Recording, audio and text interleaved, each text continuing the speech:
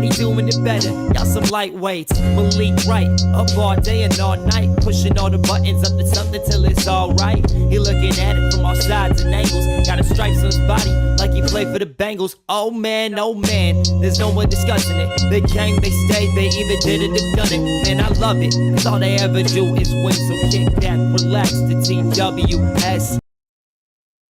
Thank you guys for tuning in to another episode of the Sit Down Morning Show with Malik Wright. I'm your host, Malik Wright. Joined by my co-host, who's on the ones and twos, Daniel Alameda. We got Parker Blake joining us on the show. We got Steve Bradshaw joining us on the show. Michael Harrah joining us on the show. It's Fantasy Football Fridays here at TWSN as well. Before we jump into all of that, do us a favor. Give this video a like, subscribe to the channel, turn on post notifications so you guys never miss when we go live or when we upload content from the TWSN studios. Daniel, I want to start it off, man, in Detroit. And I want to talk about Ben Johnson. I feel like Ben Johnson is making himself probably the most pursued coach throughout the offseason. The thing that he's been able to do with a guy like Jared Goff, this Lions offense, and how they continue to keep just ticking time and time again, man. I think they're special. Yeah. Does that say that a guy like Ben Johnson can run his own team? I don't think so. But I definitely think the fact that he was able to take on the project that was Jared Goff, turn him into what he is doing right now after he was pretty much thrown aside by the Los Angeles Rams. I think that says a lot personally, Daniel. I'm really curious to hear your thoughts, but I've been super impressed with Ben Johnson. I was watching that game last night, and I said, oh, this is a guy that's going to find himself commanding a lot of money. We already know apparently he's being very picky for his process for head coach, but I'm really curious to hear your thoughts, Daniel. I mean, so I like Ben Johnson. Mm-hmm. I do. I think that Ben Johnson is the next guy that's up, right? I think that Ben Johnson has been arguably the best offense coordinator in the NFL in the past couple of years. I would just caution people that expect him to be above, head and shoulders above every other coach in this cycle, right? I do think that the names, obviously the Bill Belichick, but I think and Mike Vrabel, those two are kind of different type of style of coaches if you're going for a new regime. But I think that to put Ben Johnson head and shoulders above the guys like the Liam Cohns of the world, the Thomas Browns of the world, the Joe Brady's of the world, I just don't know if I'm fully there. I think that he is a superb offensive coordinator, and I just realized he was on the same coaching staff of the Zac Taylor, of Dan Campbell, in Miami.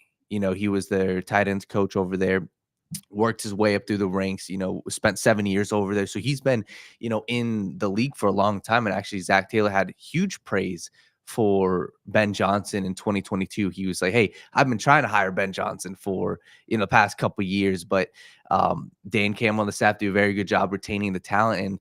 And he had a lot of bright things to say about Ben Johnson. So I think Ben Johnson's very, very talented. My only question and the only thing that I would be looking at if I'm a team hiring them is say, hey, what's the personnel with the Detroit Lions and what's the personnel with my team, right? If I'm a team that's hiring Ben Johnson, I know one thing. I know this dude can run an amazing fucking offense, and excuse my French, but that's the case, right? So how do you put him in the best possible position to succeed? I think it's marrying the two. And like you said, the report that came out is being very picky. And I think that's important because he knows that, hey, when I go to a team, I need to, be able to control somewhat the talent that I bring in to my offense, because you look at the talent on their offense dating back to his first year as offense coordinator, they still had an elite running back duo in, Jamal Williams, and they had DeAndre Swift. Those two made a great 1-2 punch. They have had a consistently top 5 offensive line for the past 3 years. They've had consistent weapons on the offense side of the ball. And when you look at this, year, what he's been doing, even with Jared Goff, it is very impressive, but it's not like Jared Goff was a bum with the Los Angeles Rams. Jared Goff was a very solid quarterback. Jared Goff was an average quarterback, but he put up elite numbers. He's a dude, he went to the Super Bowl with the Los Angeles Rams. So I feel like for me, I think that the whole Jared Goff thing, I think that Jared Goff has been an MVP candidate. I think he's looked better than he was with the Los Angeles Rams. But personally, I just hate the notion that Ben Johnson has turned him into this. Jared Goff was a very good quarterback. Jared Goff was the #1 overall pick in the NFL for a reason. He is a talented quarterback, and he's also led talented offenses with the Los Angeles Rams. So I say all that to say, I'm excited for Ben Johnson. I think he will be a good head coach, but I think it is crucial that he goes to a team to where, hey, even like a Chicago Bears, I think that they have great personnel on the offense side of the ball. And if they go add to the offensive line, I think that that could be a potential, spot that kind of lines up. But I'd be very curious, and I'd hope that whatever team he goes to will allow him to get that offensive personnel and spend elite draft capital building that offensive line, because what he's got with Detroit, it works now. And he has to find a way to replicate that. And you need talent on the offense side of the ball. So, you have your opinion. I have my opinion on it. Kind of ended abrupt there on me. oh, my bad. No, I no, can. no, it's fine. It's fine. But I think it would be malpractice if I didn't get Parker Blaken on the discussion to get his thoughts on Ben Johnson. So without further ado, Parker Blaken, what's going on, man? Hey guys, how's it going? It's been a while. It's been a minute, but I'm back, man. I'm back and happy to be here. Yes, sir, man. It's good to see you. So listen, we want to get you in on the Ben Johnson discussion. I didn't know Daniel felt so passionately about Jared Goff. And and Jared Goff, let's be honest, Daniel. Yeah. Jared Goff came into the league ideal situation, right? Yeah. He's working with a guy like Sean McVay, who's an offensive mastermind. Of course, you're going to put up the numbers you sort of had. And that's not to say that he was never really good, but it always felt like there was a ceiling with Jared Goff that you're going to get. Yeah. I'll say this. His championship hopes seemed more after he lost in the Super Bowl with the Rams, it seemed like a pipe dream. With the Lions, it feels a little different. Yeah. I don't know. I just can't explain it. It feels a little different. It feels like the team is on a like a they're destined to break through this year, and I don't know. I feel a little bit different of watching Jared Goff, just seeing that offense is going down the field over and over and over and over again, not just against the Packers, but this has been week in and week out, putting up points like it's Madden. They're putting up numbers how I usually do against Daniel and Madden. That's what it looked like. Park, I want to get what your thoughts are though on Ben Johnson. Are you buying into the hype, the notion that Ben Johnson could be the next great offensive mind and that he potentially, be the most sought after coach this offseason? I think he'll be highly sought after, and I think he's going to be one of the top guys on the market that people are trying to bring into their building. But I do worry about him long term as a head coach, because I just don't know what like the lifespan of some of these guys that are more just the X and O coach that can scheme stuff up really well, can get an offense moving well, or can get a defense locked in. I think there's just so much more that goes into, you have to bring the culture with you. You have to, instill a mindset, because that's really what has been, the main driver of Detroit's turnaround. Yes. It hasn't, there's been fun factors of it, like the explosive offense, like the fun defensive plays. We've been able to see the players they've been able to bring in, players they already had. But it was the culture shift that really got them to where they are now. And, I know, especially when it's head coach led and not just one side of the ball versus the other, that can trickle down into some of those assistant coaches, whether it's the coordinators or even the position coaches. But I just don't know if Ben Johnson's going to bring that with him as much as even just an Aaron Glenn would. I think Ben Johnson's more of just, a scheme guy. I think he'd be a great offensive coordinator, like a long-term offensive coordinator. But it's the NFL, so if you get your shot, you got to take it. I just, I'm going to be interested to see, how it goes for Ben Johnson wherever he ends up landing. And I think that's where it kind of depends also. A lot of it is your situation. It's similar to, how a quarterback heads into the NFL. And it's something very clear at this point. You can be as talented of a quarterback, but it really matters about your situation.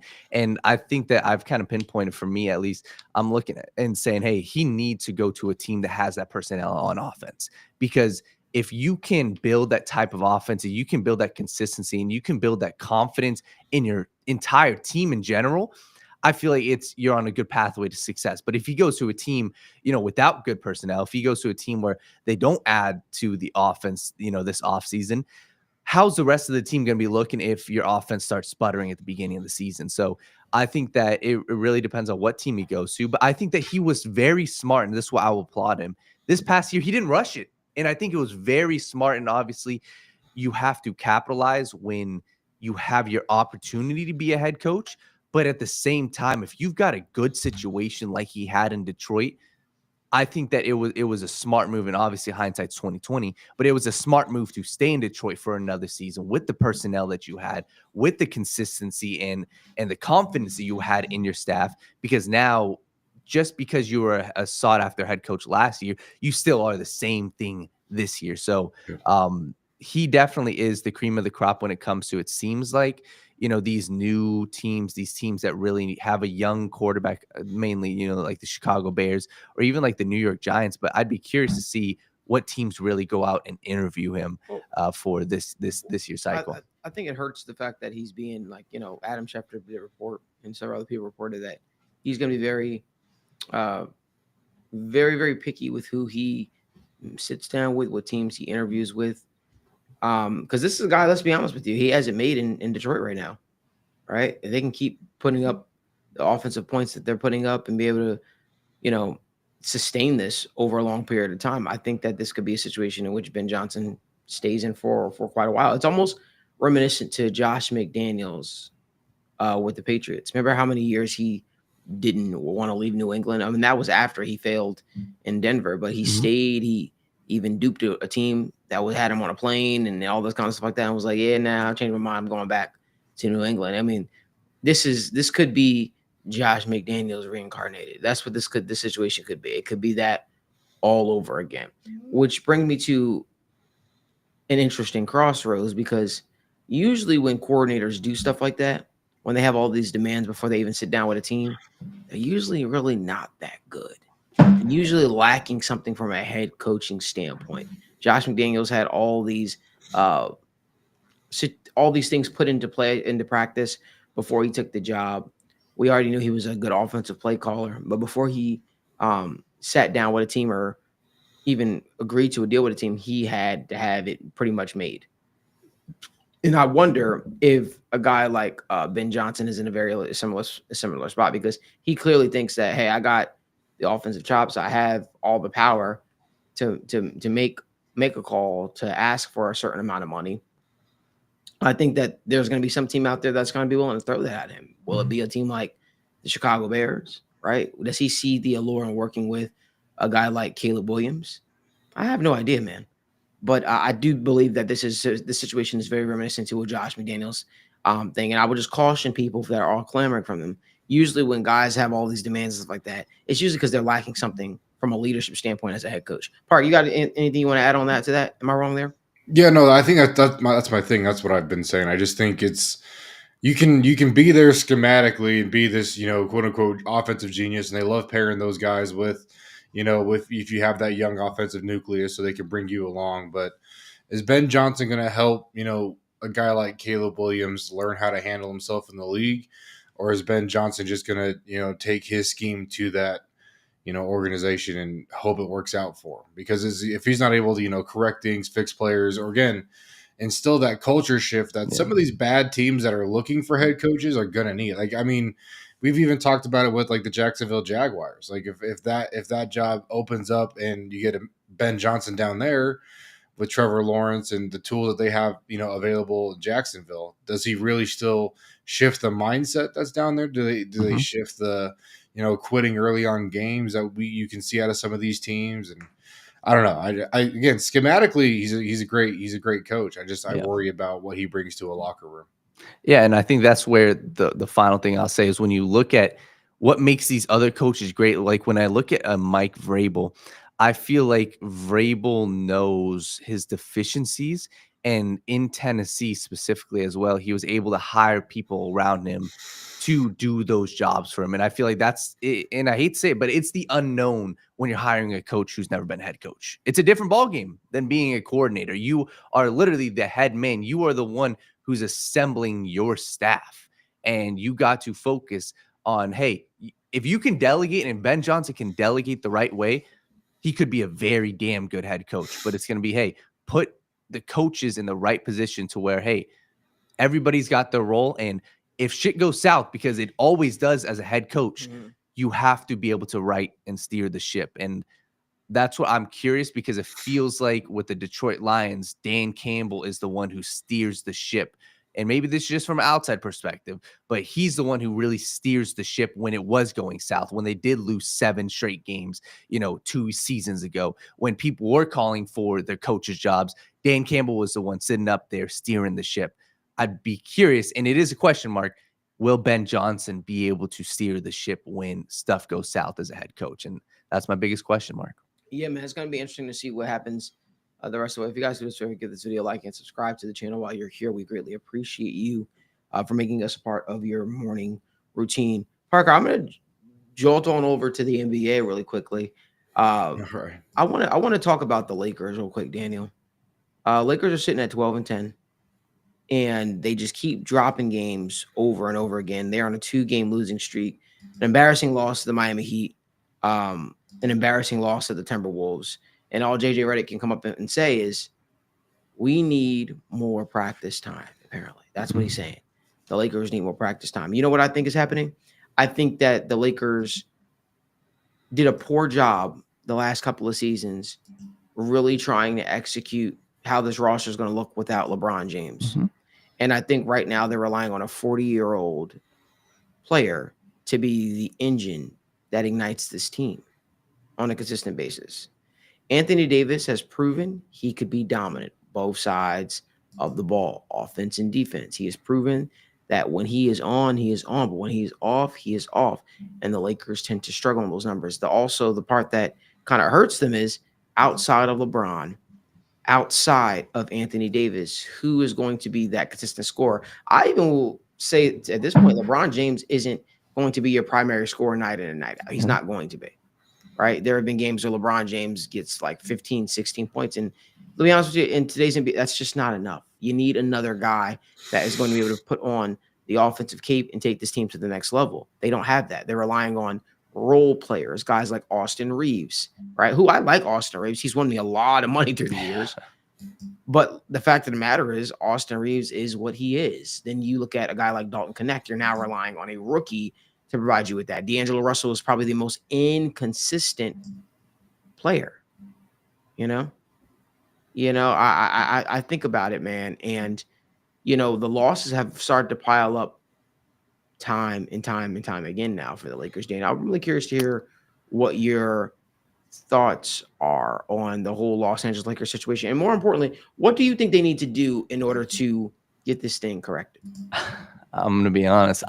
They got 2 options. You either go out and trade for somebody like a De'Aaron Fox, like a star that can pair with these guys and you can go out and win a championship. Or there's a real possibility, Malik, this team's done. There's a real possibility where LeBron James has kind of made his plans and his decision very clear to the organization, very clear to Anthony Davis, very clear to the entire NBA, saying, hey, I brought Bronny in. We made something happen, and we got that moment that'll last forever. I'm retiring after this year. Or I'm looking to say, hey, my career's not much longer. And I'm going to be honest, Malik, I think that there's a real chance too. If I'm Anthony Davis, who's about to turn 32 in March, and I hear LeBron James, me and him talking behind closed doors saying, yo, I'm out after this year. There's a chance I could want out of LA. And there's a chance where if I'm looking at the Lakers, you have to look at their GM, Rob Pelinka. You have to look at that front office and say, hey, what is your plan post LeBron James? Are you going to bring in another star to pair with Anthony Davis? Or do you blow it up? Because it's very clear to me that there is a lack of star offensive talent outside of Anthony Davis, but there's a clear lack of chemistry. There's a clear lack of consistency, and there's a clear lack of a championship winning culture in Los Angeles right now. One thing I will say though, I believe that JJ Redick is a guy you could build with for the future. That is what I will say. So like whatever happens this season, I hope the Lakers don't get too down on themselves. I hope Genie bus. Rob Pelinka don't say, hey, we need to move off of JJ Redick. I don't believe that.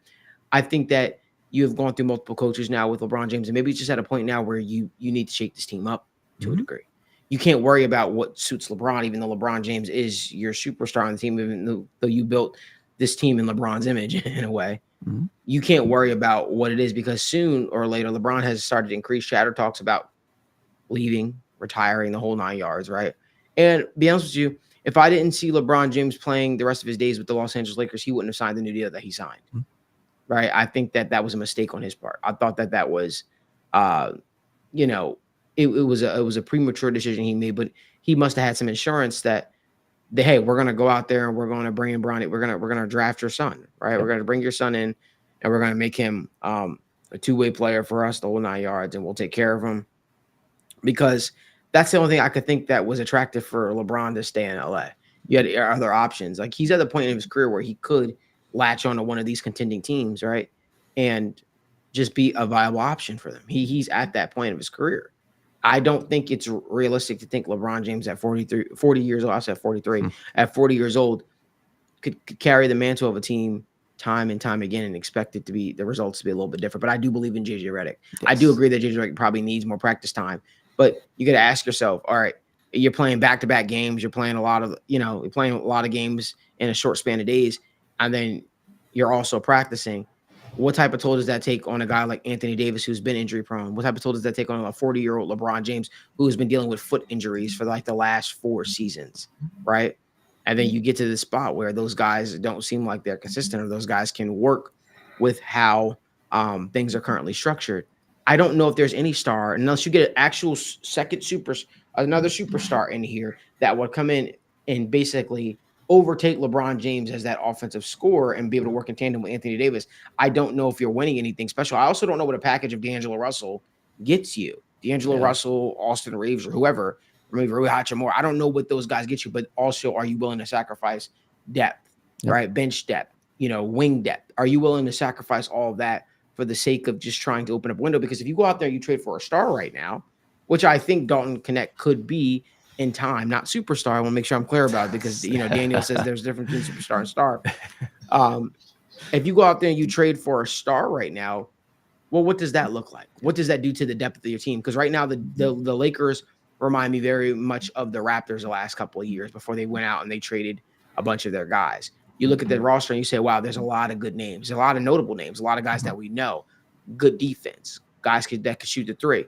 But the issue is with guys like that, they're all role players and they're inconsistent. And when you actually need someone to step up and take over as the leader of the team, well, you're pretty much left like, who do we turn to? Well, I feel like it's easier to shut Anthony Davis down in the closing moments of a game because you know what he's going to do. You know what they're trying to do with him. You need someone that's going to be able to set up that offense for him. Anthony Davis can create for himself to a degree, but he's much better in the pick and roll situation. And when he has it made, essentially. I don't know what that star looks like. Daniel has floated the name of LaMelo Ball out there once before in our discussions. Could that make sense? Sure. Would he want to go to the Lakers after how they treated his brother? I don't know. Would he want to play with LeBron James after LeBron James treated? I have no idea. So you have to ask yourself, what does that look like? Who would they want? Who would they bring in here that realistically right now that could shake up the roster? Dan, do you have any names on the tip of your tongue? Parker, if you want to jump in a conversation at any point in time, you can too, brother. But don't feel like you have to. The Lakers are a sinking ship. Yeah. I think it's one of two ways. And I think that to stick on the trade stuff real quick, De'Aaron Fox, Zach LaVine, and LaMelo Ball. Those are the 3 names. LaMelo Ball is the prized possession. He is the guy I think would be perfect because he not only helps you now, but he is the guy that you will build around in the future. There's a world where if LeBron James leaves and Anthony Davis wants out, you can still build around LaMelo Ball. The issue is you're going to have to pay up a lot for LaMelo Ball. First off, he's on a massive contract, and you'd have to give up Austin Reeves, D'Angelo Russell, potentially even like a Rui Hachimura. He is going to command a lot. So I would say LaMelo Ball is the premier guy. He's only 23, 24 years old, so you can build around for the future. Zach LaVine is an offensive scorer. You can go out and try to win now.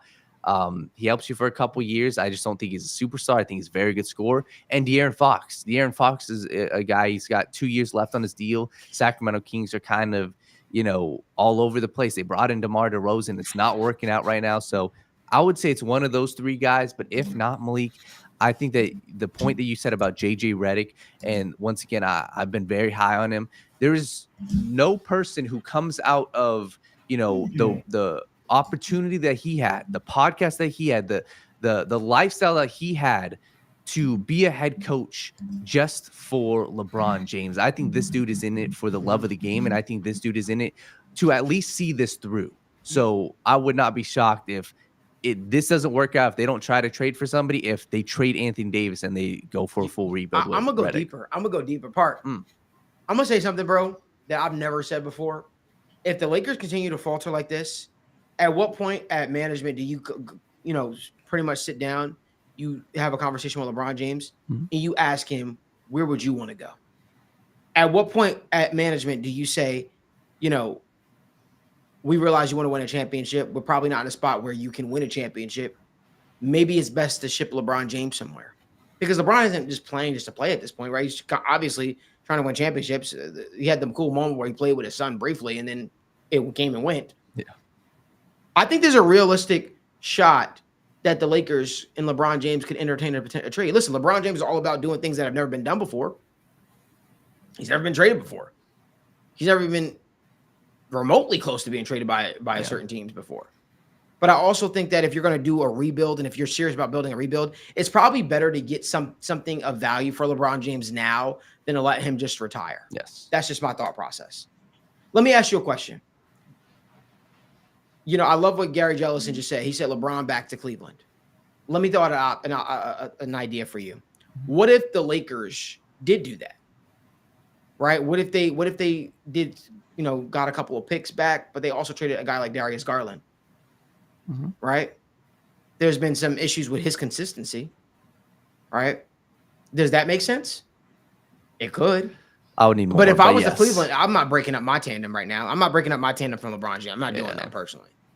But if you're another team, out there, you have to realistically entertain it. You already know he's locked into a contract. LeBron is undoubtedly going to be able to control where he wants to go, but it makes sense. It makes sense. You want to give JJ Redick a fighting chance to be a head coach. JJ Redick isn't the head coach of LeBron James's, championship future. JJ Redick is the coach of the Los Angeles Lakers. So he has to do what's best for the Los Angeles Lakers. Jeannie Buss has to do what's best for the Los Angeles Lakers. They can't think with the mentality that, oh, wow, we're going to have LeBron James for the next 5. Because as an organization, that's how you should be thinking. You should be thinking to yourself, how long do we have this guy here? Realistically, will LeBron James be with the Lakers in the next 5 years? No. Right? And you want a reason for Anthony Davis to feel hopeful that he needs to stay. You want a reason. To me, that could make sense. Yeah. I don't know. I've always I have a really crazy trade idea in mind, but I don't think it happens. Let's hear it. You just say it. What if you trade LeBron to the Mavericks? You do a Kyrie Irving swap. Kyrie's always wanted to play with LA. Kyrie play with Anthony Davis, which I think they would excel together personally.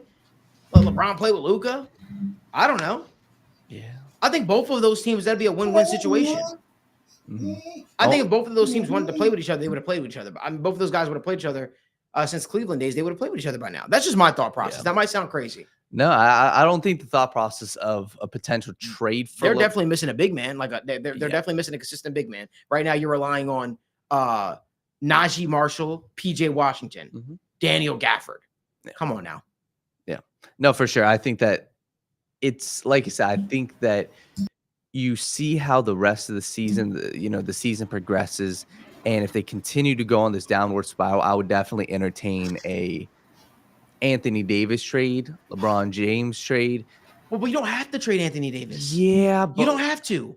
To me, that's doing too much harm. But I also you need a superstar. Listen. The whole idea is you want to sell Anthony Davis on a star to play next to you. You don't got to rip it up. You ain't got to tear it up. You want to keep Anthony Davis in LA. Wait, hear me out. You want to keep Anthony Davis in LA. Yeah. You want to. Yeah. So this move is all predicated on what Anthony Davis's future with LA looks like, not with LeBron James, because Anthony Davis realistically will be here a lot longer than LeBron James. That's the hope. That's the mentality as an organization I would be thinking on. Now, for me, I don't give a damn about either. Right? Yeah. Like, that's just me. But I just look at the situation and I say, yo, I don't care what LeBron James thinks. I don't care what D'Angelo Russell thinks. I care about what one guy thinks, and that's the guy we traded our entire future to get, Anthony Davis. Anthony Davis, I'm going to pair you up with a point guard, a guy that you could dominate the pick and roll with, a guy that you could truly excel and accentuate your skill set with. And we're going to use the rest of this season to prove to you that we're all in on winning while also all in on you. LeBron has said it for the last 2 years. This is Anthony Davis team. This is Anthony Davis team. This is Anthony Davis team. Like, okay, well, if it's Anthony Davis's team, think with the mentality that we are trying to keep Anthony Davis happy. Yeah. LeBron James, listen, he's got his rings. He's got his championship. His legacy cemented. He's either the number 1 or number 2 greatest NBA player of all time. I'm not thinking with the thought process of what a 40-year-old player wants. I'm not.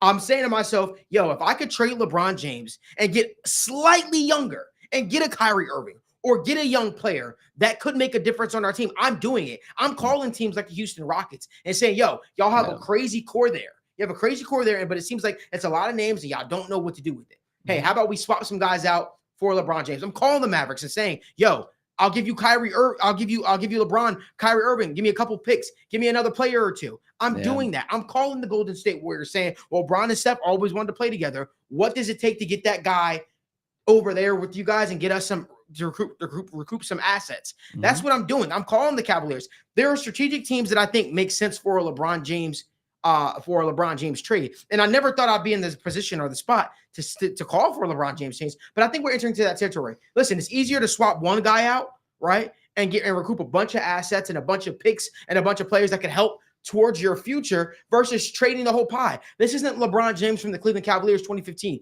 You're not going to just shake up the entire team for the sake of a 40-year-old player. We're not on that level anymore. The fact of the matter is the focal point for the Los Angeles Lakers should be Anthony Davis. The focal point for the Los Angeles Lakers trying to bring a championship to LA should be Anthony Davis. It should not be LeBron James. It should not be predicated on what LeBron James wants to do, because LeBron James is going to do what LeBron James wants to do. LeBron James got the opportunity. He got the moment to play with his son. Guess what? Let Bronny figure out what he's going to do with the rest of his playing career. He got the moment. He got all the money from the Lakers. He did that. He brought a championship to LA, albeit it was the bubble championship. He got all that. Nothing that we do as an organization moving forward is predicated on what LeBron wants. Because if LeBron was going to do something with this team right now, he would have did it when we got him D'Lo, when they was clamoring for that. He would have did it when we got him Rui Hachimura. He would have did it when we got him Jared Vanderbilt. He would have did all those things, right? You talk high praise about a guy like Darvin Ham, then you throw him under the bus. We've given LeBron everything he wanted. We brought in Russell Westbrook. People forget these are moves that LeBron James was clamoring for, right? And maybe I'm taking off the LeBron goggles now, but I'm not doing anything. I don't care what professional sport you're in. Do not predicate anything you do off of a 40-year-old player that has no future with your team. It's bad business. The only person that it made sense for is a guy that brought a championship to Tampa Bay, and that was Tom Brady. That's the only guy it made sense for. But an aging player with a bad foot makes no goddamn sense. I'm just tired of the Lakers completely tearing up their future for LeBron James, and LeBron James is strictly worried about LeBron James. It was a selfish move for him to say, hey, y'all need to bring my son in, or I'm going to go wherever I got the best chance to play with my son. Okay, so that tells you right there, Jeannie Buss and Rob Pelinka, he don't care about the Lakers. He does not care about Anthony Davis. He doesn't care about championships. It's about legacy. It's about what he wants, right? So stop predicating your future off of what a 40-year-old star that clearly throws everybody under the goddamn bus, right, to help further his agenda. Stop predicating everything on what that guy wants. Stop predicating it. He signed off on the JJ Redick hire. Then he said, oh, no, I'm not the coach. That's above my pay grade. What? You asked that. That's the same guy you were doing a podcast with. And they brought in to strictly help you. They literally gave your son a couple year deal, and it was like $9 million? Like, what do you, like, who does that? Who gets drafted in the second round and then gets that much money? They've done everything to help this guy. They've done everything to make this guy feel comfortable. Who gives a fuck what LeBron James wants? He's 40 years old. Trade him. Get some assets. I'm not dying on LeBron James Hill. I'm not doing that anymore. Like, the fact of the matter is, see what you can get out from him. He's still an asset in this league. Obviously, he's one of the greatest players to ever suit up in the NBA.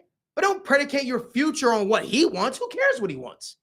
Do you care that much? I don't care what he wants. If you want to act like a functioning organization, if you're truly serious about bringing another championship to LA, and you want to open up this window, you worry about what Anthony Davis wants. You worry about keeping that guy secure. Because guess what? If you don't play your cards correctly, LeBron James is going to leave, he's going to retire, and then Anthony Davis is going to one out, and you're going to be left with who? Who do you build off of? That's my point. Sorry to be so passionate about it.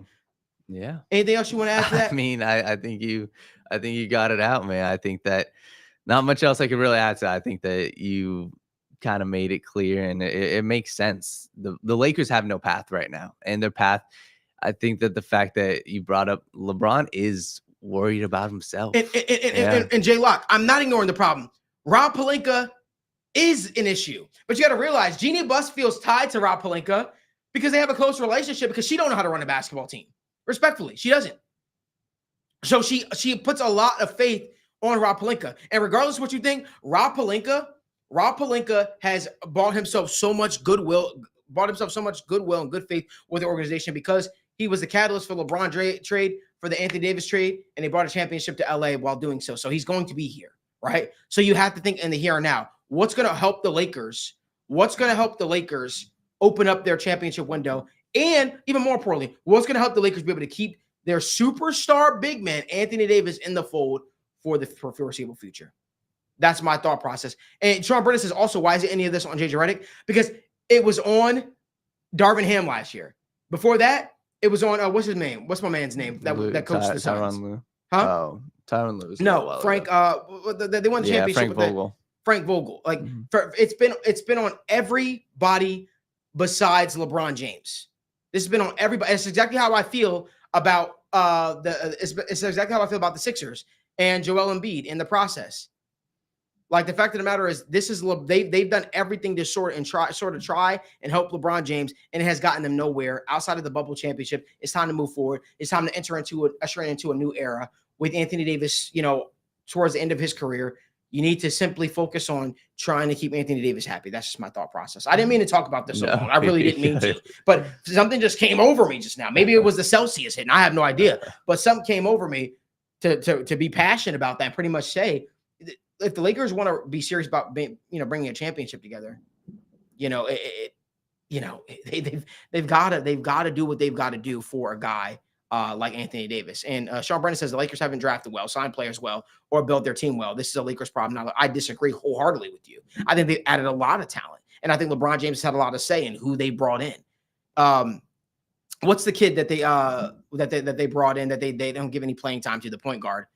They drafted him in the first round last year over Cam Whitmore. I forgot his name. It's going to come to me. But there have been constant moves that were made. It was easy. Cam Whitmore was the best pick. It was easily Cam Whitmore was the best pick for them. But to me, I think that when you look at the Lakers, a lot of what they do is to help LeBron James. It's not to help other people. Like, they have a lot of talent. They have guys that have been a part of championship teams. Like, Dalton Connect was this year, but it was a guy before. Not Max Christie. It was not Max Christie. It was another guy. The guy doesn't see any playing time. He was drafted in the first round. It's going to come to me though. But when you look at it, it's a LeBron James issue. LeBron James is a guy that's been saying, hey, draft this guy, draft that guy, do this, do that. And it has not worked out well for them. You look at the how much talent they have, guys like Gabe Vincent, guys like Jarrett Vanderbilt, right? Come on now. Like, it's one of those things where, and Connect is going to be an all-star level playing alongside a level player alongside AD. LeBron is stalling this team out 100%. That's why I say you trade him and you see what assets you can get. And I know that's a controversial take. Trade the king? Trade the great? No, yeah, you trade him. Like that. That's what you do. Mm-hmm. And yes, Sean Brennan, he says, yes, Jalen Hood-Schifino. That was the guy. Jalen Hood-Schifino, waste of a pick. Sean Brennan says, Lakers care about stars, not good basketball players. Ideally, stars would be good basketball players, Sean. But here's my thought process. If you're going by that notion, if you trade LeBron James, guess what you could probably get? A star. Maybe two. Maybe a couple first-round picks. You have no idea. This could open up a window, and it would definitely put asses in seats. This is my thought process. Anybody got anything else they want to add before we move on? No, you're not going to die on anymore on the Anthony Davis trade deal? Well, I also like I don't know what you get.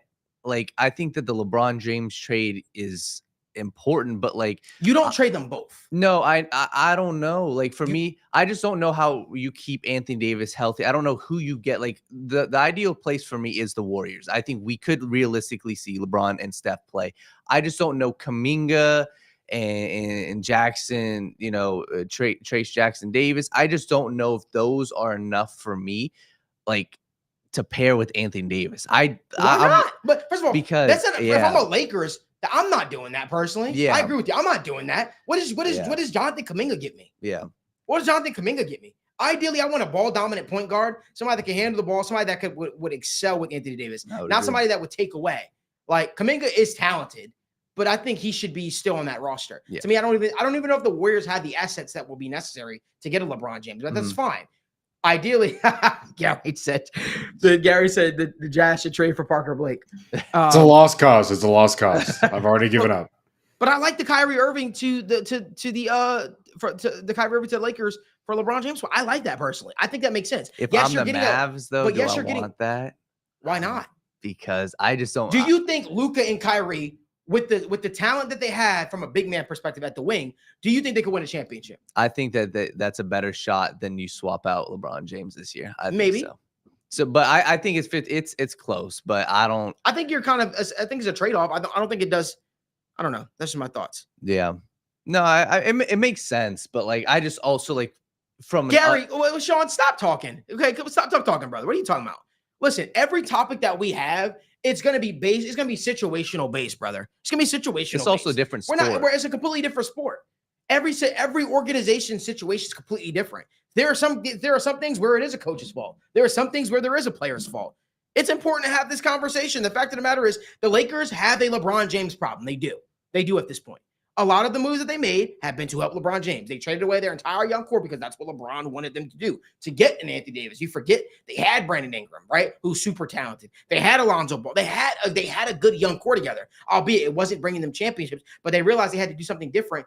They brought in LeBron James, asked him what he wanted. He wanted Anthony Davis. He wanted all these vets. They literally swapped out a young core. It was very similar to what the Rockets could potentially do. They had a very solid young core. They swapped all those guys out for older players, guys like Avery Bradley, guys like Kentavious Caldwell-Pope, all because that's what LeBron James wanted them to do. It has nothing to do about the Lakers wanting to blow it all up. They realized when they brought him in, when you bring LeBron James into your team, right, you have to then orchestrate the team around him and what he wants it to look like. Simple as that. He's done it everywhere. He did it in Cleveland. He didn't do it in Miami because Miami didn't let him do it. He did it in Cleveland. He did it in LA. And you know what he always does? He leaves. He leaves it in ruins. And it leaves them wondering for the next couple of years, how do we get this thing going? It took the Cavaliers and Gary's a huge Cavaliers fan. He could tell you. It took the Cavaliers a long time to get to where they are right now. How many years removed are they from LeBron James? It took them so long to get to this point where they're looked at as actual contenders now. And it took good drafting. It took good drafting to acquire guys actually wanting to come to Cleveland to play. Even Donovan Mitchell, they had to get him in a trade, right? It's one of those things that it took them a while to rebuild after LeBron James. When LeBron James leaves a team, guess what? The team is left picking up the pieces. Kobe Altman has done a great job with the Cavaliers. Great job with the Cavaliers. But a lot of these teams are left picking up the ruins. So you have to ask yourself, what's wrong with a team doing what's in their best interest now and getting something of value for LeBron James? That's what I would do. I'm not being loyal to a 40-year-old dude who's going to be out.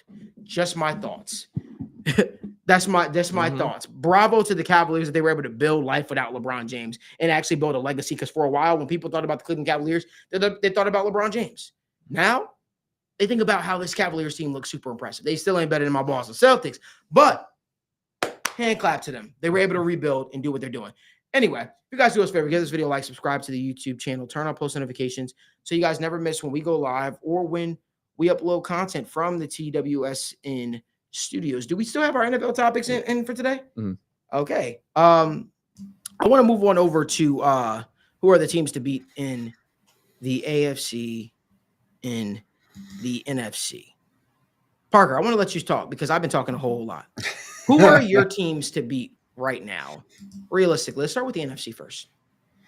The NFC, I think. I mean, I think I've said it for a while now, but I think it's the better conference at this point, especially like looking at these playoff fields. I mean, the Lions look like a buzzsaw. The Eagles somehow figured it out. I still feel like they'll find a way to forget how football works once playoff football comes around. But they look pretty good right now. And then, I mean, you got the 5th seed Minnesota Vikings at 10-2. I mean, I just. All of these top teams in the NFC look like absolute wagons, but then also my favorite part and why I'm more excited for the NFC side of the playoffs, I think, is you got some of these NFC teams, like a lot of these NFC South teams that are just kind of scrappy, and they're all teams that it's like, oh, I don't want to see these guys in the playoff for the most part, and that's what is kind of exciting to me. But to answer the question, the NFC, it's the Lions, it's the Vikings. I think the Packers look like a really good football team, even though they're down at 9-4 right now. But those are kind of my 3 teams in the NFC that worry me right now to go up against.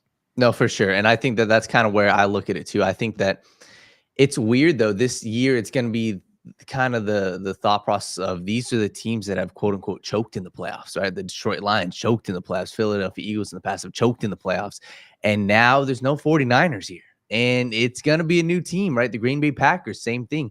And I think that's how I look at the NFC. I'm with you. I think that a team like the Commanders could shake it up, maybe win one game, but I really think it'll be these top dogs are top dogs this year. And like you said, even the Green Bay Packers, they looked damn good yesterday. So for the NFC, I think it's definitely one of those 3 teams. What do you think about the AFC?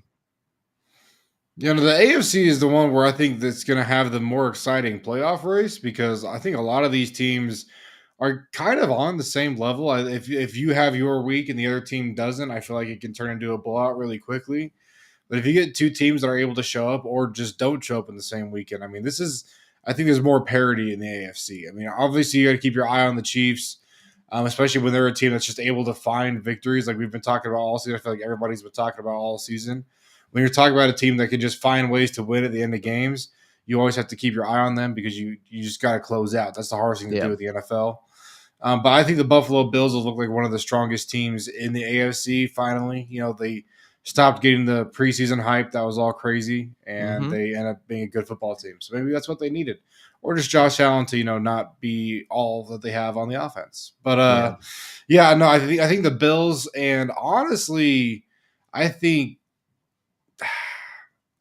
the Chargers could be a sneaky team in this playoff, even though they like the Charger. That's the only thing I'm worried. Kind of like with the NFC. It's just,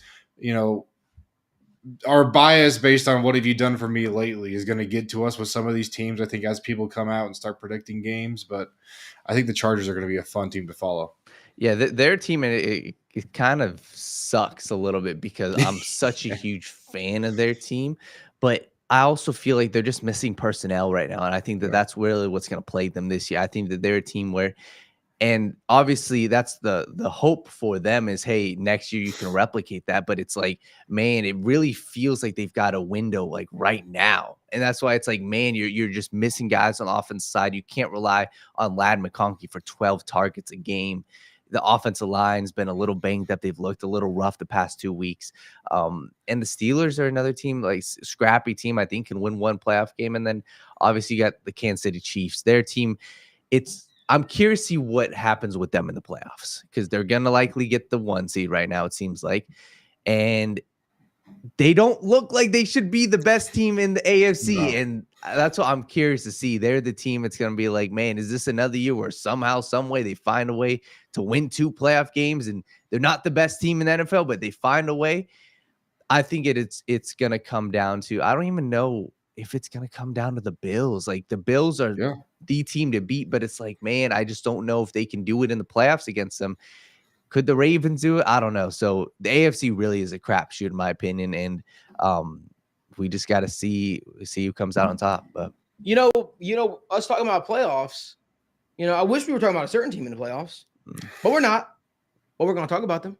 We had a couple other topics lined up, but you know what? We are running back on time because the Lakers topic dominated a lot of the morning segment, and that's my bad. But let's talk about our Cincinnati Bengals, Parker. Let's talk about the Cincinnati Bengals, a team that we all thought for sure. They're going to be in the AFC playoff race. Of course they're going to be in that. Ain't wrong. Not 4-8 sitting there. And now you're asking yourself, what does the future hold in Cincinnati? You know, there's a coach out there that's getting a lot of talk, getting a lot of chatter. We've danced around the topic a little bit, but I think it's time to dive in a little bit deep too. But before we do, I want to play this interesting clip from Tom Pelissero on NFL Network just yesterday. Daniel, roll the clip. Let's not take this as a sign that Bill Belichick is just willing to coach literally anywhere. He interviewed for one job last year with the Falcons. Atlanta obviously ultimately decided to go in a different direction and hired Raheem Morris. When you look at the landscape of the jobs that are available right now across the NFL, I would fairly tell you that if Bill is going to be coaching somewhere in the league in 2025, it's a job that is not. So I thought that this was very interesting. Tom Pelissero said if Bill was going to coach somewhere in 2025, it's for a job that's not yet open. To be honest with you, talking in back channels and people that I know, I heard the similar sentiment that he isn't impressed with any of these jobs that are currently open. I think Dallas is a job that he had his eye on. I think there's some other teams out there that he has his eye on. I don't think that the Dallas job will come open. I don't think it will. Looks like they might keep Mike McCarthy. Jerry Jones is a wild card, though. You never know. But one thing I will say is I find the conversation interesting. And, you know, people are making a lot about Bill Belichick talking with UNC. Make no mistake about it. This is posturing. This is Bill pretty much going out there saying, hey, if you're interested in me, come get me, because I'm willing to take other opportunities. I'm willing to listen to other offers that are out there. Just my thought process. J Lock says, Malik, you need to convince me that Mike Brown will pay Zac Taylor $9 million for 2 years for him not to coach. Here's what I will say. The Bengals have a lot on the horizon.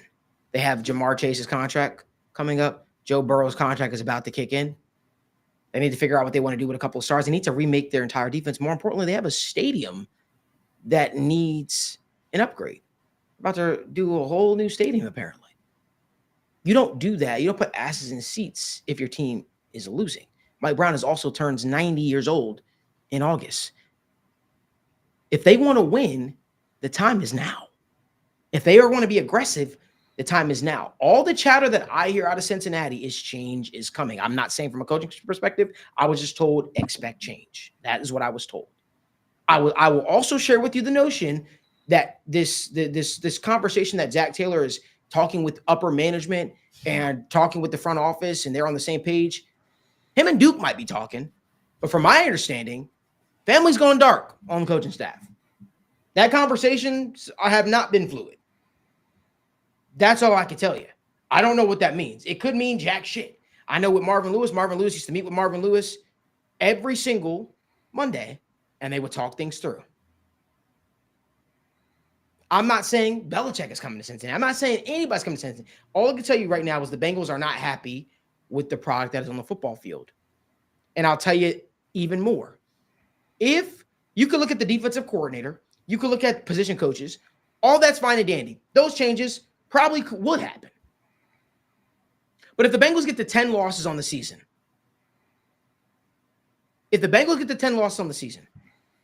reasonably, how can you convince your fan base? More importantly, how can you convince your quarterback, these players, that you can then win with that coach when you had a healthy Joe Burrow? 10 losses, in my opinion, gets it done.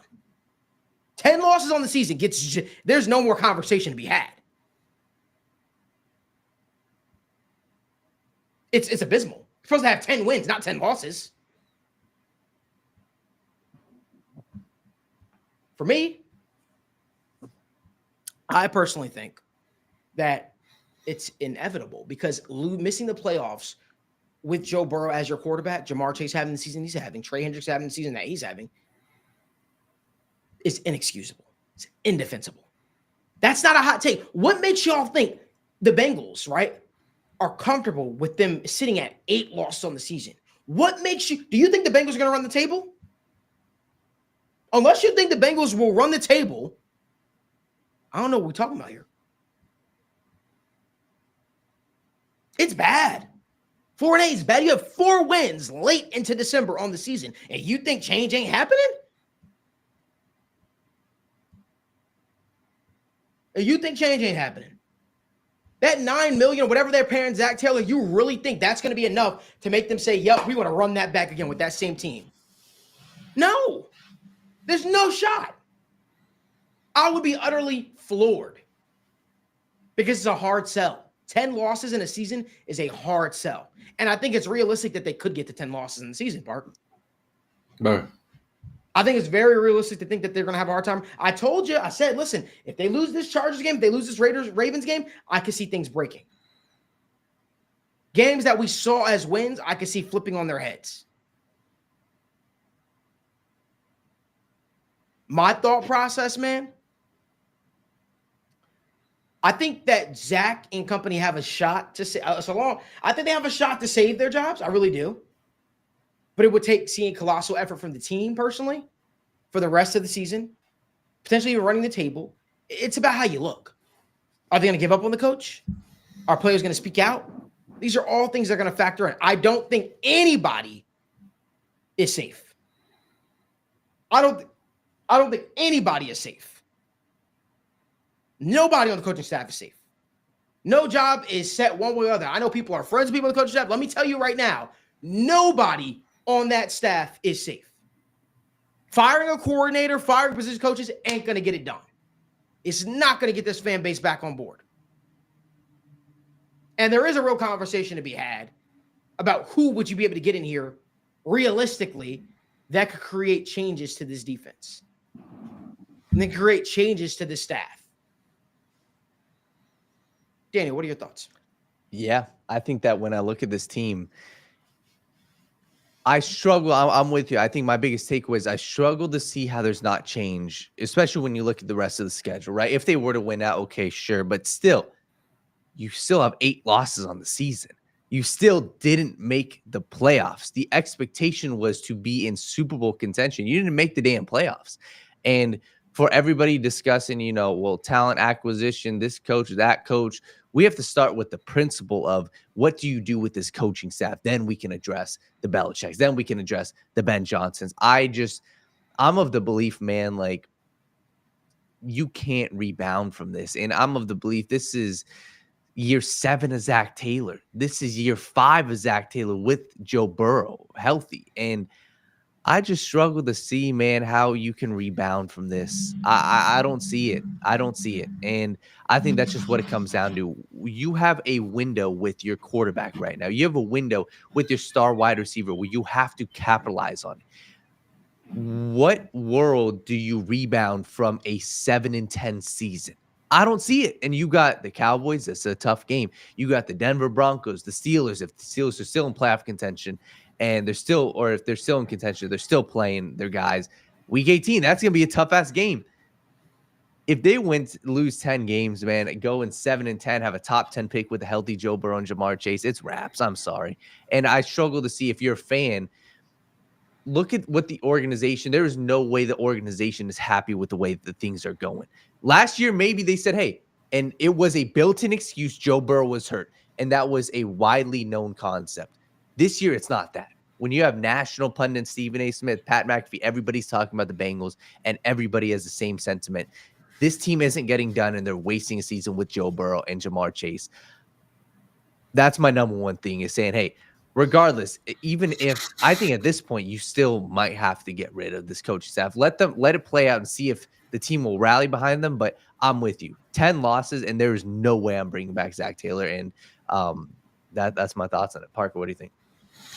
Yeah, no, the whole conversation's interesting to me because, I mean, you had fans in Pittsburgh last year talking about getting Mike Tomlin out of there just because they needed a change of pace because the no losing seasons was great, but kind of middling isn't so great.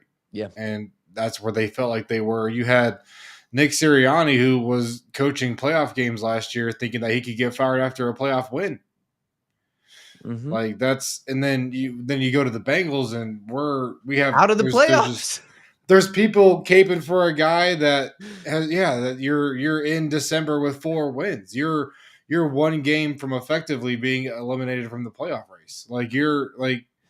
You have to win out to have a hope of potentially getting in. And I think this is what we talk about when, we talked about how the 4th place schedule was really felt early on in the season. It was like, oh, you have some games that are should win games early on in the season. That's always hard to tell where teams are at.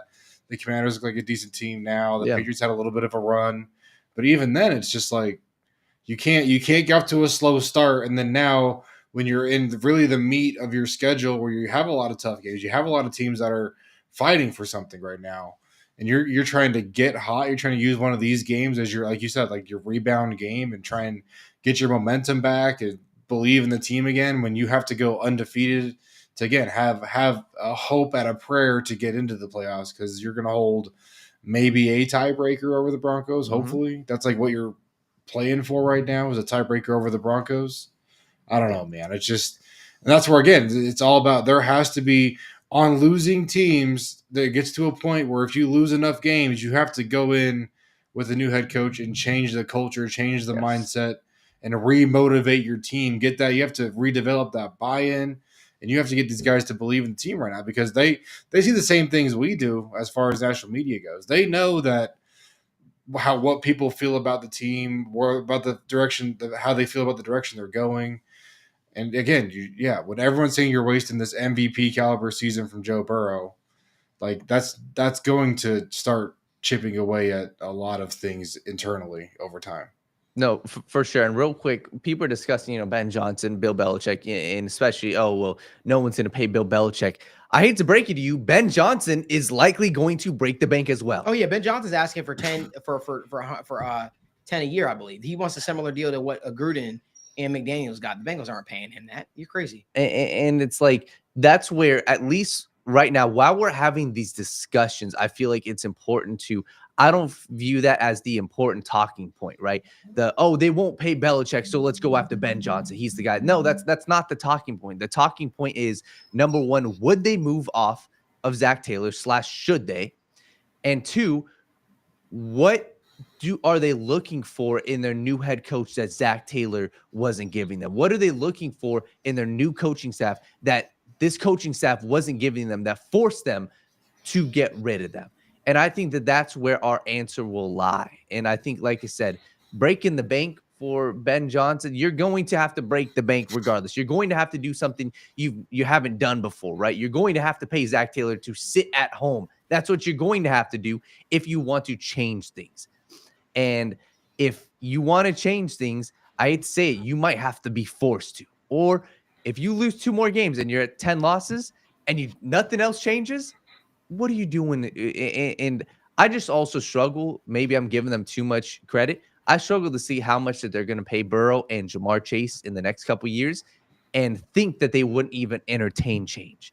Because when your pockets are getting hurt like that for 2 players, damn right you should be willing to change. And I hope, and I'm going to give them the benefit of the doubt, that they would be willing to change because, like I said, you've never paid 2 players as much as you're going to pay those 2 guys, and hopefully pay the Jamar Chase. But you'd be heading into next year looking at your pocket saying, I'm paying that much to these 2 guys, and we're coming off a 10-loss, 9-loss season.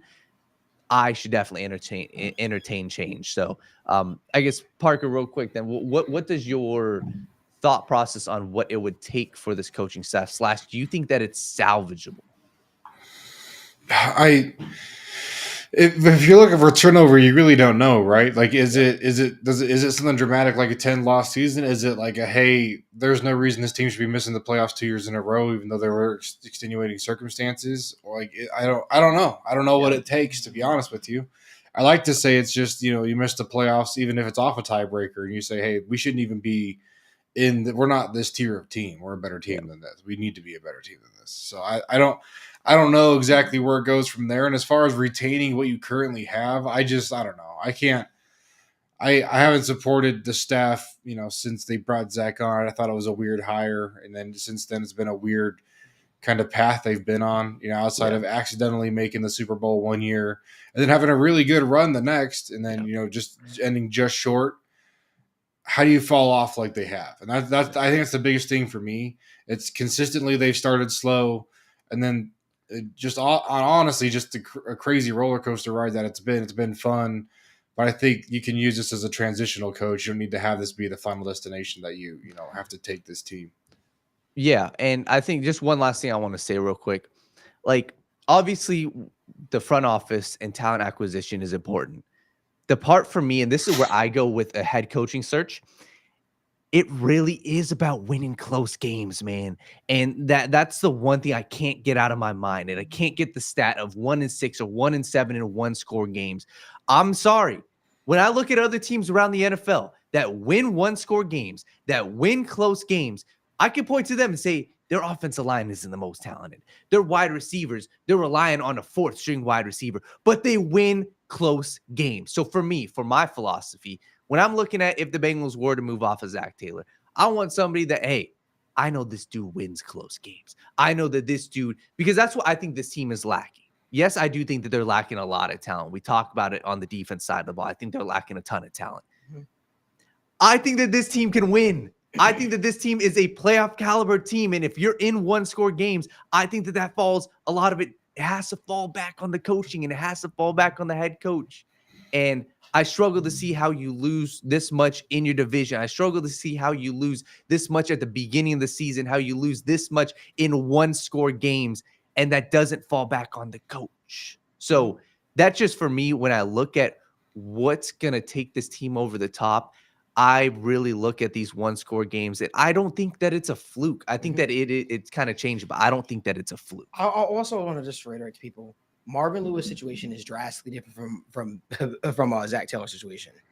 Stop looking at the fact that the Bengals went to a Super Bowl with Zac Taylor. It's not about that.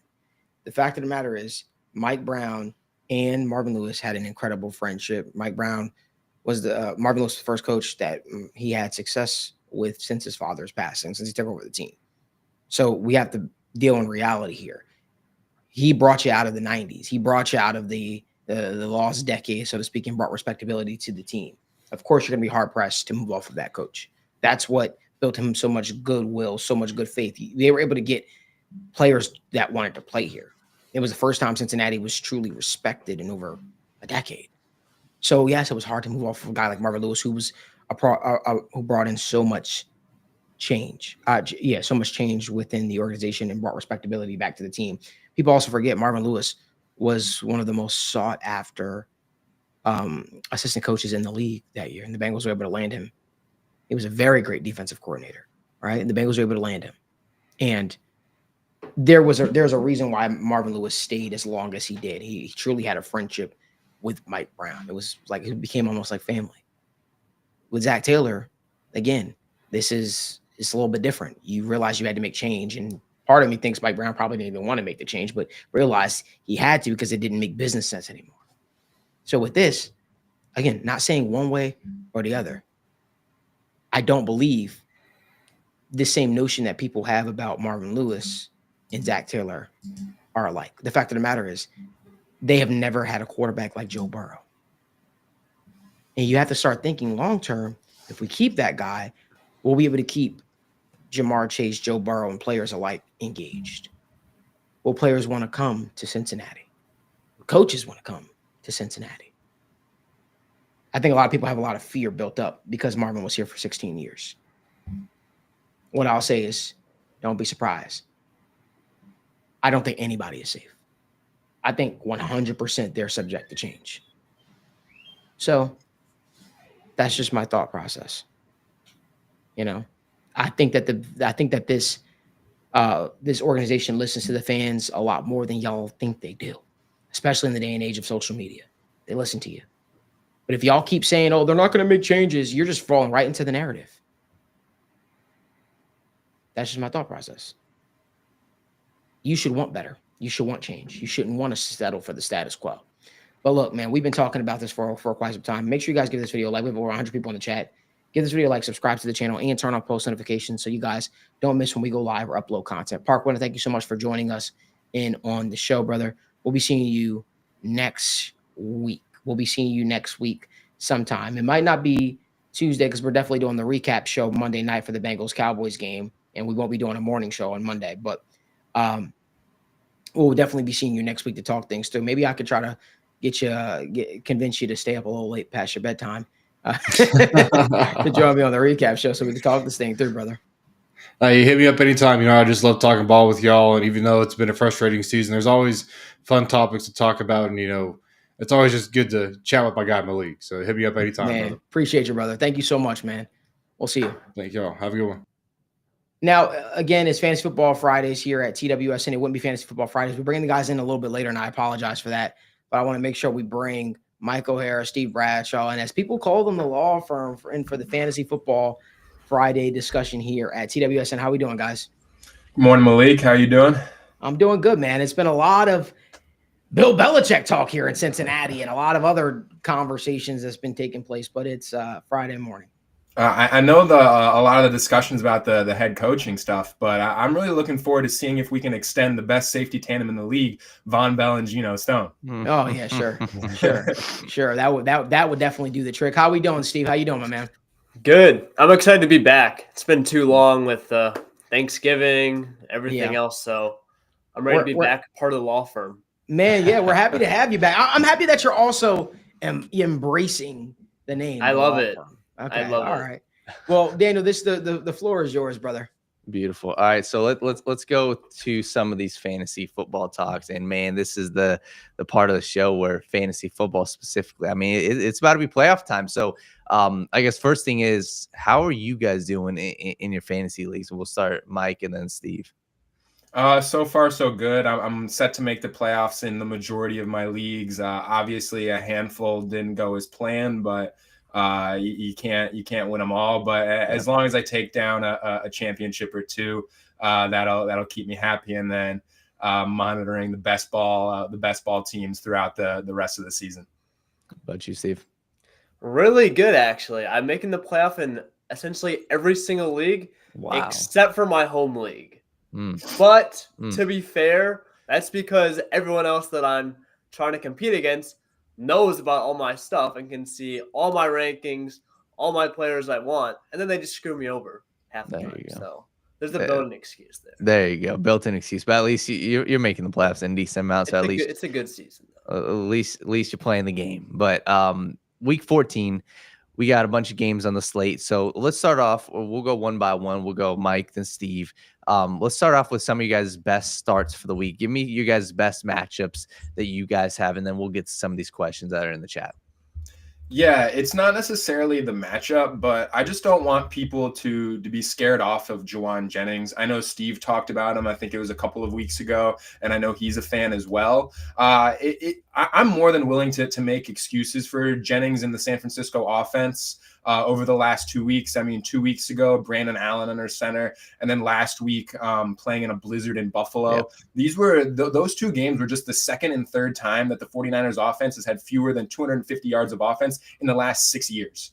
So it was really an anomaly from what we've typically seen in these Kyle Shanahan offenses. So I'm more than willing to look past what happened and move forward. And when Juwan Jennings has been on the field this season after he recovered from his hip injury, he's been fantastic. 0.28 targets per route run and 8 targets per game, both lead the team. And he's been a top 15 receiver in both of the quote-unquote normal games, non-Brandon Allen, non-Blizzard. So he's been productive. He's drawing targets. He's shown that he's able to draw targets ahead of Deebo Samuel, George Kittle, and be the number one option on this team. So, and with Christian McCaffrey out, I expect this offense to shift a little bit more in the pass-heavy direction. So it's not a great matchup with the Bears, but I wouldn't lose faith in Juwan Jennings just yet, and I think he's a very strong flex option this week.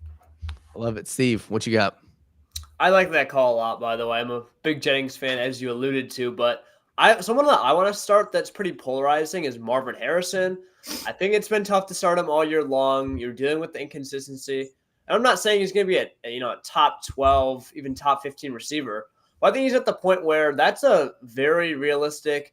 Is he going my flex? A lot of people have him ranked outside of the top 24, but I think this week against the Seahawks, it's a pretty solid matchup. They're about middle of the road in fantasy points allowed to receivers at about 17th in the league. But if you look at PFF's, they have a great wide receiver cornerback tool. Looking at those individual matchups, he actually grades out pretty highly at about the score 79.6, which is considered good. And also keep in mind that the Cardinals just had their bye week in week 11. And then the first game after that, unfortunately, typically you see a breakout. Wasn't great. He had only 7.7 points. But this last week, we saw a lot of promise.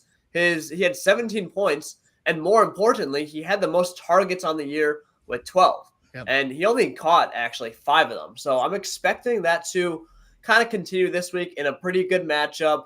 He's coming off the bye. These talented rookies tend to produce later on in the year rather than earlier. So I have a lot of faith in my guy Marv this week. I love it. And we still got some Bill Belichick conversation going on in the comments. We love it. Once again, if you guys have any questions, any comments, make sure you guys drop them down below. We got the law firm here. They're going to answer all you guys' fantasy football questions, as well as go to the TWSN website. These guys do great work, weekly articles. We got a full team, covering fantasy football. Go down below, TWSN website. Check it out. Any questions, once again, drop them down below. 2 quick questions for you guys from Sean Brennan. Looking for a quarterback to replace Lamar on his bye. Who would you pick up on the waiver wire to start this week? You guys have any shouts for this week? Go ahead, Steve. Yeah, a few guys that come to the top of my mind is Will Levis, Caleb Williams, Russell Wilson. Those are kind of a few guys that are ranked in my back 12, and I think they're available in most leagues. Yeah. I think Will Levis is a guy that, you had that horrific start to the year. It seemed like the first 4 games, he was doing just something unbelievably stupid. He was just really disappointing, but I haven't really heard him get talked about a lot, and he's been playing some pretty good football. He also has rushing upside. I think he's a solid – you just have so many buys this week in Week 14. And he's been putting up – since Week 10, he's put up 19, 15, 16 points. Not going to necessarily give you, 20 points like Lamar, 25 points like Lamar. Yeah. But I think he's shown a pretty solid floor, and he also does have the ceiling to get to, low 20 points because he's rushing the ball about, 5 times a game, picking up 20, 30 yards. Yeah. And keeping on that real quick, we had another question from James O'Hare. He said, would you start Nick Westbrook-Akine this week against a terrible Jaguar secondary? Absolutely not. Everything, like any fan who just generally follows at the NFL can pop open this guy's like Pro Football Reference page, his ESPN stats page, and realize that what he's doing is unsustainable. He's catching a touchdown on every 2.5 receptions. He has 20 receptions on the year, 8 of which have gone for touchdowns. And he's just, not only is you can tell, he's a historical anomaly as well. As of now, obviously he'll rack up some more targets down these last handful of weeks of the season. But as of now, he's only the 2nd player in NFL history with 40 or fewer targets and 8 or more touchdowns. So everything about this guy screams anomaly. It's not something that you can be banking on. And I get that the targets are starting to tick up for Westbrook-Akine. I think he had 6 last week, but still, it's just like a guy that's really just banking on these touchdowns and is seeing just a handful of targets a game in the Titans offense. It's just not something that I'm particularly interested in. For sure. Another question from a guy, Garry Jellison. He said, is Caleb Williams a sneaky play against the 49ers secondary this week? Yeah, as the Bears fan, I'll take that one. Absolutely. I think that he's a top 12, especially this week. I think he's a locked-in top 12 guy with all the buys. But even so, I don't really mind if you're struggling, you're streaming the position. I think he's a pretty good start. Recently, he's looked really good. You had that rough stretch of games when it looked like he broke out, week 5 and week 6, he had 23, 28 points. Then they fell off. He had less than 10 points 3 games in a row. Week 11 hits, 16, 26, 26 points. He's looked really good. And I think on top of that, the other thing that you kind of want to keep in mind for situational factors is 49ers are a tough matchup. I will say they've allowed the 26th most fantasy points, so the 6th least. But the Bears, they're out of the playoff run. So what their whole goal right now is to get Caleb Williams as many reps as possible. And that's what we care about for fantasy football. We don't care about there's a big discrepancy between players playing actual good football and just getting volume to help, put that up. And I think Caleb's been doing both.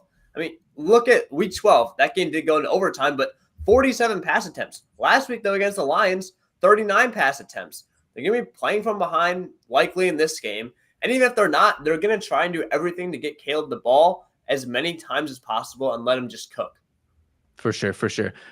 We got two quick questions here, and I kind of want to go to Mike for this. Let's dive into this Chiefs versus Chargers game real quick. Will Dissly versus the Chiefs, and also from our guy Sean Brennan, he said, do you think that changing the tackles this week will help the Chiefs' offensive weapons, Hopkins, Kelsey, Mahomes? What's your thoughts on the Chiefs' offensive weapons and Will Dissly versus the Chiefs? Yeah, Will Dissly, I'll keep that one short and sweet. Definitely firing him up if Lad McConkey doesn't play. It seems like he's truly questionable and after 2 limited practices on Wednesday and Thursday. So 100% get him in your lineups. If McConkey doesn't play, he could legitimately lead the team in targets there. But if regarding the Chiefs offensive situation, I do think so. I mean, the offensive tackle situation, yeah, if you watch that game on Black Friday, you could tell it was a serious issue. It looked like Patrick Mahomes was even getting fired up on the sideline. It seemed like it was about the offensive line play. So, yeah, that's a serious issue for the Chiefs offense. I don't think it has a significant impact fantasy-wise because what we've seen from the Chiefs offense the last 2 years now, it's really just a lot of dink and dunk stuff. I mean, we saw it really early in the year with Rashee Rice, and they're still trying to recreate that with Travis Kelce. They do a lot of quick hitting stuff too. Mecole Hardman, and they've gotten some manufactured touches to Xavier Worthy and whatnot. So the downfield aspect, it's not quite what we've seen from the Chiefs, say 2018, 2019. So they do take their shots to Xavier Worthy, and obviously you require time in the pocket for that. For me, specifically with a guy like DeAndre Hopkins, the tackle situation isn't the biggest concern for me. It's simply how much he's on the field. He hasn't held a route share of more than 65% in a single game with the Chiefs this season. He's constantly hovering around that 60% mark, and just he's a part-time player, and it's hard to rely on part-time players in fantasy football. You want someone who's going to be out there regularly. You want someone who's going to be running close to 80 to 100% of the routes, and DeAndre Hopkins simply hasn't been that guy. So yeah, we'll see if the switch on the offensive line has any changes. Obviously, better offensive line play will allow those downfield plays to develop and give Mahomes more time in the pocket. But just with the general offensive philosophy that we've seen in the last few years in Kansas City, that's not something I'm super concerned with in terms of their fantasy production. All right, so let's go one quick one. You guys gave some of your starts. Let's go one of your sits each. Is there a guy that you guys either has a brutal matchup or a guy that you guys are fading? And we'll start Steve, and then we'll go Mike and end off there. I mean, one guy that I'm just completely done with, I was done with him a few weeks ago, is Deebo Samuel. I have no more faith in him anymore. I mean, the 49, I would much rather start Jawan Jennings at this point. It sounds ridiculous to say, but Jawan Jennings simply looks like the better receiver. There's just no sign for hope with anything Deebo has done. I mean, yes, the last few weeks have been rough, and that's kind of an excuse for Jawan Jennings, but Deebo hasn't done it since week 6. That was the last time he had 20 points, and in that game, he only had 5 targets. A lot of that came from 20 yards per reception and a touchdown. That's a guy where you kind of just have to look at the name value. It's like, am I really sitting Deebo Samuel? And if you haven't already, I think last week was the first week. It was, a pretty good option. I think you kind of just have to go, I drafted this guy super high. I gave up whatever for him, but sunk cost fallacy. I'm sitting him on my bench for really, there's a whole lot of better options than him. I think he's maybe a wide receiver 35-ish range. Like, it's not good. For sure. Mike? Yeah, one of my names was DeAndre Hopkins. I kind of hit on that just there a minute ago, kind of part-time role, kind of boomer bust, requires a touchdown for the most part. So I'll go with someone else, and it's not someone you can really – I don't think anyone's really going to be able to bench him considering there's 6 teams on bye this week. But I talked about it a couple weeks ago with Derrick Henry. It's more be on bust watch for this guy. You're probably not going to bench him. And for me this week, it's Jalen Hurts. Jalen Hurts, it's just been brutal. I mean, they just don't need to throw the ball to win these football games. They're relying on an elite defense and an elite rushing attack to carry them to victories, and they just don't need to attempt a bunch of passes. They haven't attempted it's been 9 straight games where Jalen Hurts has attempted 30 or fewer passes. That is the 3rd longest streak this decade and the 7th longest streak this century. So they are just on an absurd streak of just not throwing the ball. And obviously Jalen Hurts has his ups and downs in there because of because of his rushing production and the tush push. But this is just not an offense where you're going to be expecting to see a bunch of pass attempts every single week, and especially this week against the Carolina Panthers. I mean, you can very realistically seeing the Eagles be up 20 plus points by halftime. It's just this is setting up for Jalen Hurts to be attempting 20 to 25 passes, and you're really going to need probably 2 tush push touchdowns for him to get there. And that's just not something that you want to be banking on every week. And like I said, you're probably going to have to start this guy in your lineup given the buys and just the fact that he is a top tier quarterback. But in this matchup where the Eagles are going to be probably blowing out the Panthers, and Saquon Barkley is going to see 20 to 25 carries yet again, and they're just going to be shutting them down on the defensive side of the ball.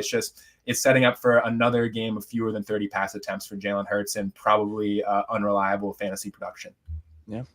Look, guys, we appreciate you as always for tuning in to the show, for jumping in, talking fantasy football through. Hopefully your fantasy football teams have productive weeks. My guy, look, I think we'll be seeing you on Monday, but we appreciate y'all, man. Make sure you guys give these guys a follow. Their social media accounts are down in the description. I hope that y'all enjoy football this weekend, and I'll be talking with y'all next week. Yep. Thank you. Yes, sir. See you guys soon. Appreciate Mike. Appreciate Steve for joining us. Want to move on over to the UFC, and this is a little bit of a longer show, and that's my fault. That's my fault for the Lakers discussion. But one thing I want to talk about real quick is a lot of people aren't giving Ian Garry an opportunity or shot to beat Shavkat Rakhmonov. Daniel, I feel a little bit differently about this, man. I feel like there's a real chance that Shavkat can be beat. I think Shavkat could lose to a guy like Ian Garry. When you saw those guys basically stand up next to each other, they're about the same size almost. Ian might be taller. Ian might be a little taller, right? And I think that if Ian is able to get his jab going and keep a guy like Shavkat at bay, Ian has tremendous footwork. So I think the key to this fight is Shavkat going to be able to track Ian down and keep him down? Ian has good get up defense. Ian has good balance. He's got good takedown defense. I think it's a little tougher fight for Shavkat than people think. Now, Ian Garry admitted Shavkat did choke him out in training. He admitted that. He said he did get choked out in training, but if he thinks that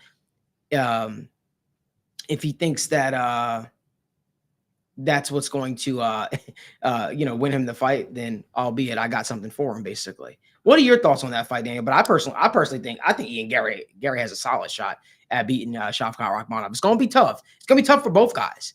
If Shavkat's able to get his wrestling going, Ian might be in trouble. Not might be, he will be in trouble. If Ian's able to get his jab going and keep Shavkat at bay, bust up the nose a little bit, if the eyes puffy a little bit, it could be a long night. What are your thoughts? Yeah, I think that the way that this goes,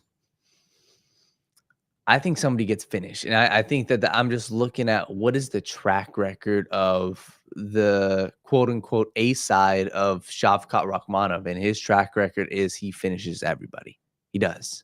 And how is Ian Garry going to be able to get a win? I really don't think that he can. I think that, his fighting style is outpoint, right? And we've seen him outpoint guys like Neil Magny, beat up his legs and just kind of outpoint him. Same thing with Jeff Neal. We've seen him, dominate Jeff Neal for 15 minutes, but he didn't, finish Jeff Neal. And I think that this is going to be a different fight for Ian Garry. I truly believe this is going to be a fight where he's going to want to make it pretty, but I feel like he's going to be in a dogfight this fight. And I feel like this is going to be the true testament. I think, you kind of said it before. This is kind of like the Sean O'Malley, his first fight against Peter Yan.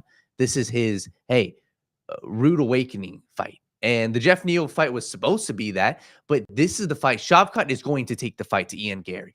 There is not going to be, 3 straight rounds where Ian Garry sits on the outside and picks apart Shavkat Rakhmonov. He is going to take it to him. There is going to be serious exchanges inside the pocket. Shavkat is going to get him up against the cage. Shavkat is going to take the fight to Ian Garry, which is why I feel like there's a real chance for Ian Garry to win. Ian Garry could seriously hurt Shavkat, and Ian Garry could put Shavkat down. It's going to be, is Ian Garry willing to exchange in the pocket? And does Ian Garry have the power and the stamina to withstand Shavkat? Because Shavkat's pressure is absurd. Shavkat is going to put him on the back foot. And Ian Garry is going to have to hold his ground and not just fight on the outside. So I'm excited. I think this is going to be a different fight for Ian Garry. Ian Garry is going to have to fight within the pocket. I think this is going to be a fun fight. These two dudes, I would be very shocked if they're not bloodied up after this fight. And I think that this is Ian Garry. His back is going to be up against the wall for this fight. And I think that he responds to the challenge. I don't think that Ian Garry is a dude who shies away from conflict. Ian Garry has found himself in this light becoming more of a fan favorite. And I respect him for it. Nobody else wanted to take this fight against Shavkat, right? Obviously, the champ Bilal wanted it, but Ian Garry's willing to put up his undefeated record to go up against the quote-unquote boogeyman of the division in Shavkat, and I respect the hell out of him for it. And I think that this fight will not go the distance. I think that we will see Ian Garry get tested, and I think that Ian Garry could put the lights out of Shavkat. But as we'll get to in our betting segment, I'm very confident this fight gets finished within 3 rounds. So very, very interesting answer. I don't know if I see a finish on Ian Garry's side for Shavkat personally. I don't know if I see that personally. Shavkat's a tough guy. yeah. Yeah, I don't know. I think the finishing upside. Do you think that he can, for 5 rounds, stay in there with Shavkat? I think if he hurts him, I think if he does something significant, I think that his path to victory is very similar to a Piotr Jan, Sean O'Malley type fight. It's to hurt him with a big shot, do something to convince the judges that it was a bad clash, whether it's an elbow, do something to just, get the confidence of Shavkat rocked a little bit. Yeah. It feels like Shavkat is just destined to be on this championship run. It really does feel that way. But it's weird. Like Ian Garry continuously defies the odds. And a lot of people are in on Shavkat Rakhmonov in this fight for obvious reasons. And the obvious thing says go with Shavkat Rakhmonov.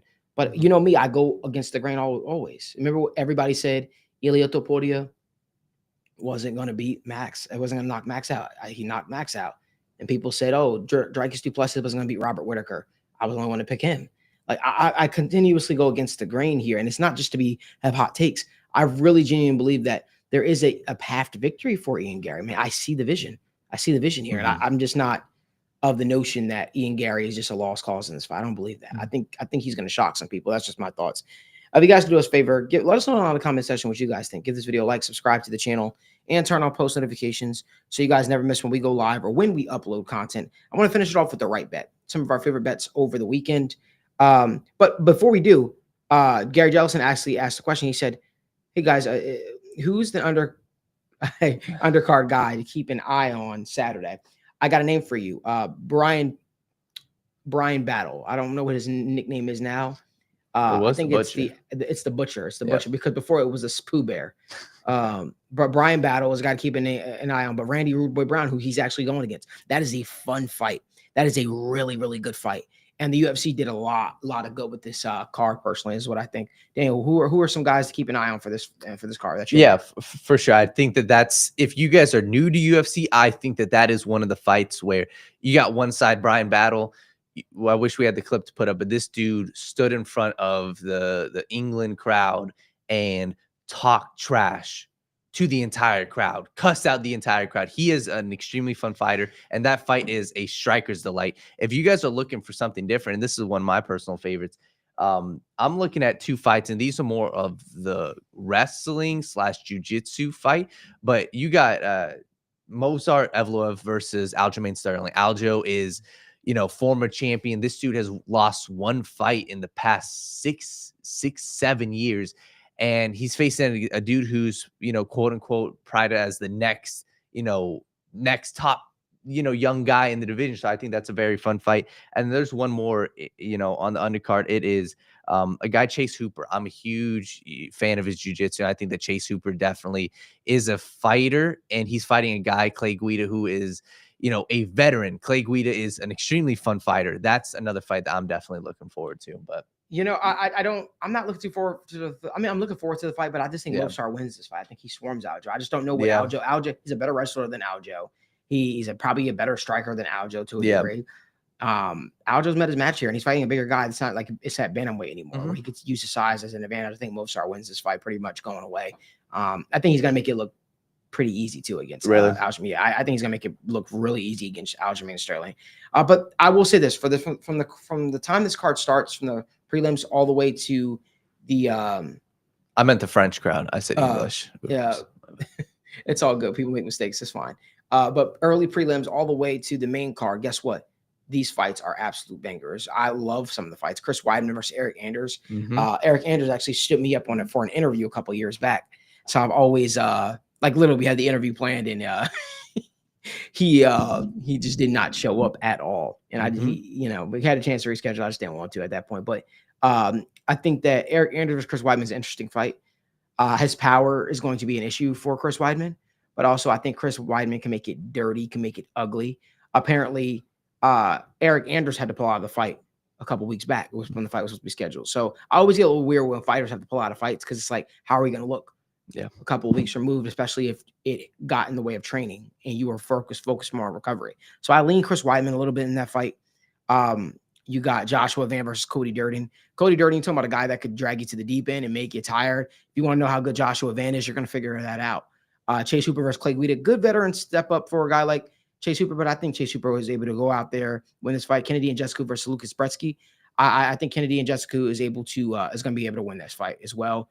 I'm kind of going through this. I didn't even expect it to, but I'm going to go through it a little bit. Dominic Reyes versus Anthony Lionheart-Smith. Give me Dominic Reyes. I think Dominic Reyes beats Anthony Lionheart-Smith. I think Anthony Lionheart-Smith is ready for retirement a little bit. And Dominic is on the the verge of regaining a lot of the confidence that he had early in his career. And he's starting to put together a couple finishes and finish these guys. Give me Dominic Reyes to win this fight. Vicente Luque versus a guy like Themba Garemba. I know a lot of people love Themba Garemba's story, especially seeing how close he was to Dwayne "The Rock" Johnson. The Rock bought him a house. But make no mistake about it, this is a huge step up for Themba Garemba. This is a huge step up for Themba Garemba. If Vicente Luque, a guy that has lived in the top 10, I don't know if I see Themba beating him. Yeah. Unless Vicente just has a really, really bad night. I don't know if I see Themba beating him because I think that Vicente could take this fight to the ground and really work him. And I believe you can give Vicente Luque at plus money too. So I think the odds makers have this fight a little bit wrong. I think Vicente Luque actually wins this fight. Movsar beats Aljamain Sterling. Randy Brown versus Brian Battle. I'm bearing with you. As much as I like Brian Battle, I do think that this is a tough fight for him. Randy Brown's a guy that could really hurt Brian Battle, especially in the midsection. I understand both of these guys are in winning streaks right now, but I'm actually leaning with the Rude Boy, and I've leaned with Brian Battle for all of these fights recently. Nate Landwehr versus Doo Ho Choi. Give me Nate Landwehr. He's just a dog. Doo Ho Choi is going to look great in the first round. Nate's probably going to get up to big plus money. Nate's going to probably outdog him, tire him out, beat Doo Ho Choi. Bryce Mitchell versus Kron Gracie. Kron Gracie shouldn't be in the UFC. He's only in the UFC because of his last name. Give me Bryce Mitchell to win that fight. Cyril Gane versus Alexander Volkov. They fought before. The same thing that happened last time is going to happen again. I expect a finish, though, of TKOs. Give me Cyril Gane to beat Alexander Volkov. I think he beats him up pretty badly. Ian Garry versus Shavkat Rakhmonov. I'm not yet ready to make a prediction on that. You have to tune into the TWS and Patreon, which we can pull up, actually, Daniel, for the link if you want to subscribe. And for the main event, Alexander Pantoja taking on Kai Asakura. Give me Alexander Pantoja to win this fight. And still. That's how I feel about this card, Daniel. Yeah. That's how I feel about this card. I just ran through my picks for the UFC card. I'm hoping that you guys make yourself some money. Hopefully you wrote down a lot of picks because I never do this on the show. I never go out there and I give guys that I think that are going to win.